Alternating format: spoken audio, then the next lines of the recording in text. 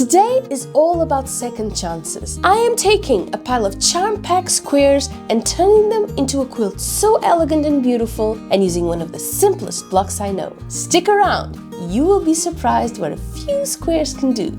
I am using the leftovers from one of my favorite charm packs ever. I love the vintage look of them. They have a kind of elegance that just never goes out of style. I'm pairing them with two solids, a clean, crisp white for contrast and a yellow to add warmth and light. First, I need to cut one 5-inch square from my yard edges and 4 white squares in the same size. This is actually a very simple but effective quilt pattern, as in you get your full awesome effect for very little work and effort, which are my absolutely favorite kinds of quilt patterns.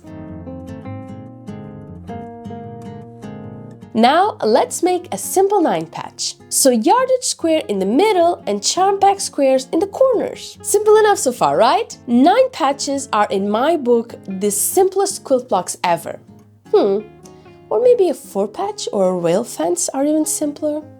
I am doing a Cornerstone quilt pattern, and I think this is the perfect fabric for it. I love this fabric collection. It gives off vintage vibes, and before buying this charm pack, I had absolutely no idea who William Morris was, to be honest. But right now, I'm kind of bummed I'm using it all, because I would love to keep a couple of squares.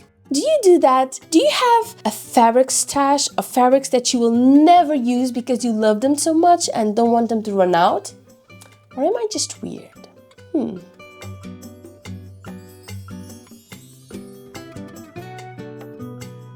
Okay, let's press this quickly so the real fun can begin. We want to cut this 9 patch twice, once vertically and once horizontally. That should give us 4 same-sized squares. And if you don't have a big enough ruler to simply measure half the block, just go ahead and measure half of the middle square.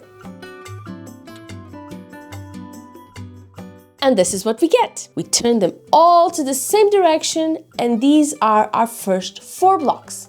So yeah, one 9 patch makes 4 blocks and we need 20, so we have to do this again 4 more times. It's kind of crazy to me when I do these kinds of projects that all it takes is 5 9 patch quilt blocks and you're good to go. Also, I'm not being particularly demanding with my choice of fabrics. In fact, if you happen to have bigger scraps, you can just go ahead and use whatever you have on hand. If you own fabrics you'll like the overall result.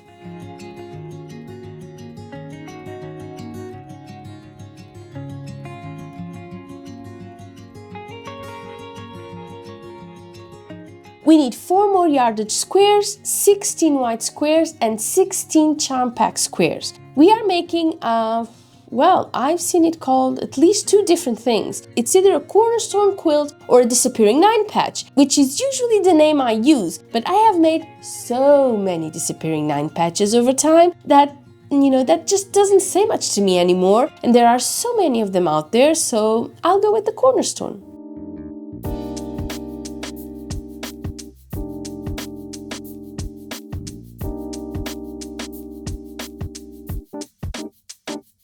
Now, I am using web piecing for my 9 patch. Ever since I learned of this technique, I just use it at every opportunity. The way you see the blocks being formed as you sew, and the way the seams just nest themselves, it's so practical for simple blocks as these.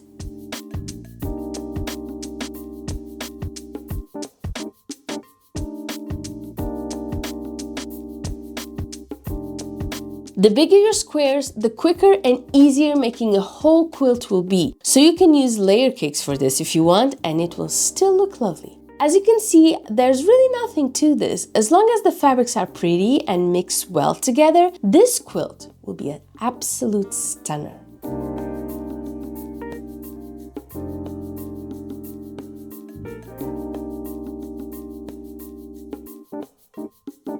I've been meaning to do this quilt pattern for a very long time. It's one of those that looks completely different depending on the colors you use. So I'd see it on Google and I think, oh, that's pretty. And then I'd see another one in different colors and I thought, ooh, that's pretty too. And as it turns out, they were exactly the same pattern. That happens to me more often than you think. And that's how I know I have to make that quilt pattern.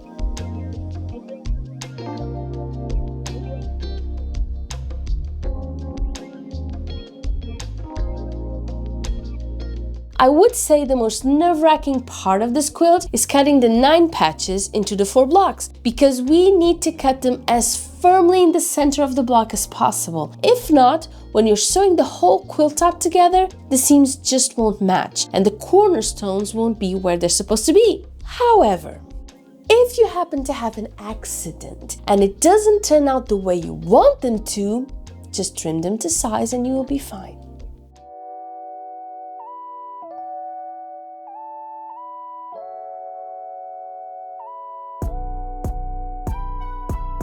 And before you know it, we've got ourselves all the blocks we need to make ourselves a pretty quilt.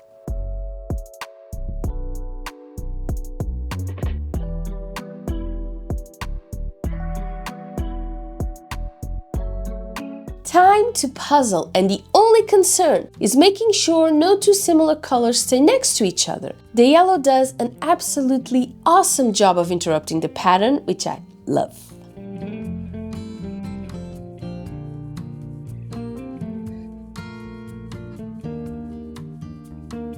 Now, this looks incomplete. I'll definitely have to add a border to the side and the bottom to make this look finished. So I'm just going to go ahead and cut a bit of the yellow and the white, so a 5-inch strip of white and a 2.5-inch strips of yellow, and the idea here is creating all the little border pieces to cover both sides, and I need 10 yellow squares.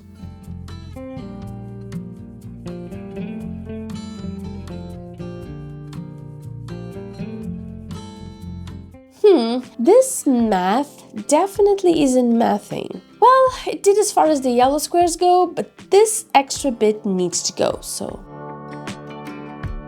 I'm amazed at how quickly we built a decent sized piece. It's definitely one of those patterns you can grow huge quilts with in no time whatsoever. And this is the way I chose to sew this. First, I add the extra frame pieces. Then I sew my blocks in pairs, and only after that do I sew the pairs into a row. Then I do the other rows before sewing the entire top together. It helps keep me organized and knowing where I'm at.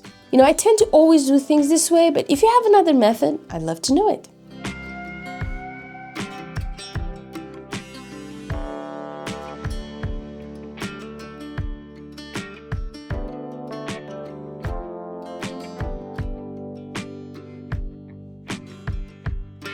We are almost done here. Time to press this before I can show you what we've made today. And this is what we get. A beautiful cornerstone quilt done in no time. That was a lot of fun to make. Done with leftover fabrics and not much else. I love it. I hope you do too, and I will see you very soon. Bye bye.